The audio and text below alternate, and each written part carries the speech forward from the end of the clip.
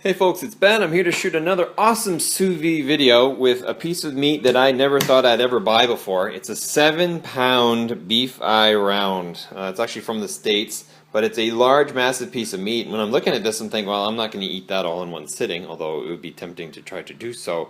But what we can do is I have a meat slicer, so we can cook this thing. Then we can put it in the broiler, then we can cool it, and then we can cut it into meat slices for lunches, and that seems like it was a great price. It was 20 bucks for the whole thing. I got my sous vide up and running right over here. I'm going to be cooking at 145, and I think I'm going to shoot for 12 hours, although I actually haven't done the app math yet to figure out exactly what I'm going to do with it. But here's a video of how I'm going to process this through the cooking process overnight, and how we're going to handle it on the end. So here we go.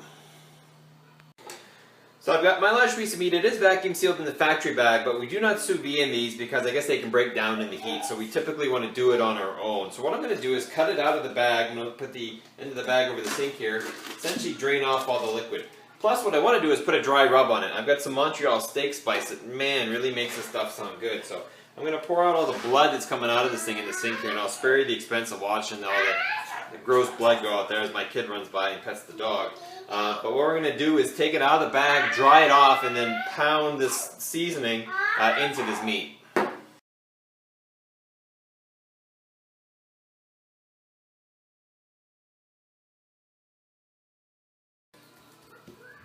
Alright, so I've got my essentially large meat worm here, covered in spices. Now let's get the vacuum sealer and put this in a real bag, and we'll suck it right down.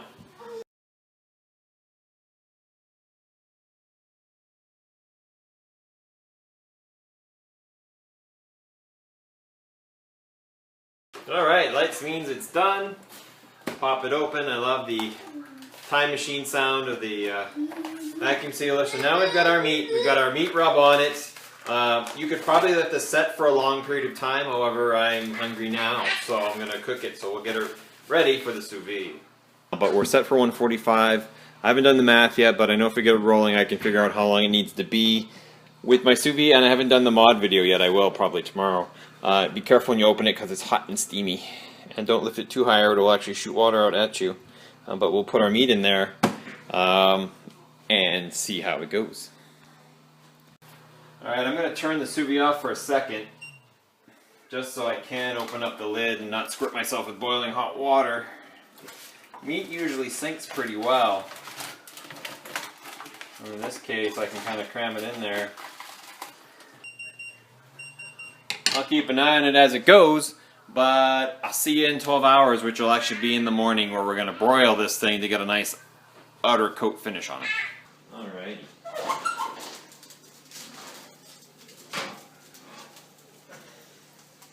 So 5 minutes, crisps out the outside nicely.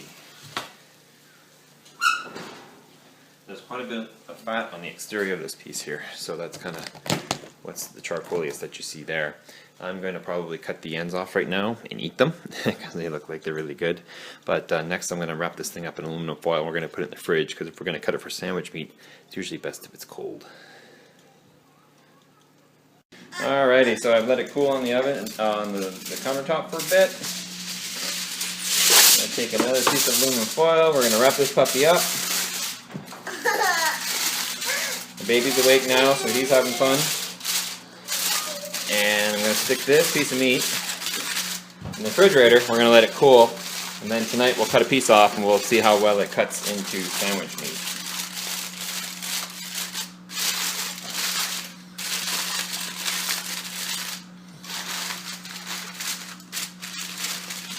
Alright. See, I got a little possible leakage there, so I'll set it on aluminum as well, just to be double sure I'm not leaking.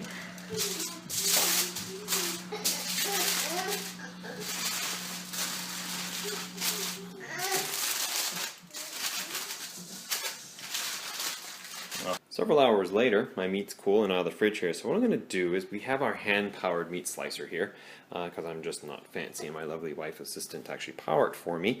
We're going to just cut off a section of meat and we're going to run it through the meat slicer here and see how well it does. Not that it matters, we're going to run it anyway, but here's a video of us doing that. So we've got our piece here.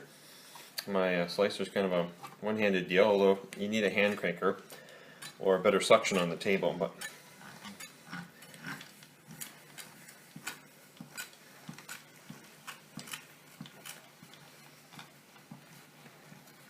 All right. So we do this over and over again. You get a beautiful slice of meat. I like them thicker. You put this on a Kaiser bun or some sort of delicious bun. Beautiful sandwich meat. I'm going to waste the next 4 hours cutting these. But what we're going to do is, I won't show this on the video, probably take about 5 slices, vacuum seal them and freeze them, and that way you can dig them out Sunday night, let them thaw, and then you'll have meat for all week. If you got any questions, now post them in the comments. If you like the video, please like it, and subscribe to our channel for all sorts of cool cooking and other crafty videos at Red Bart Homestead. Thanks, and have a good day.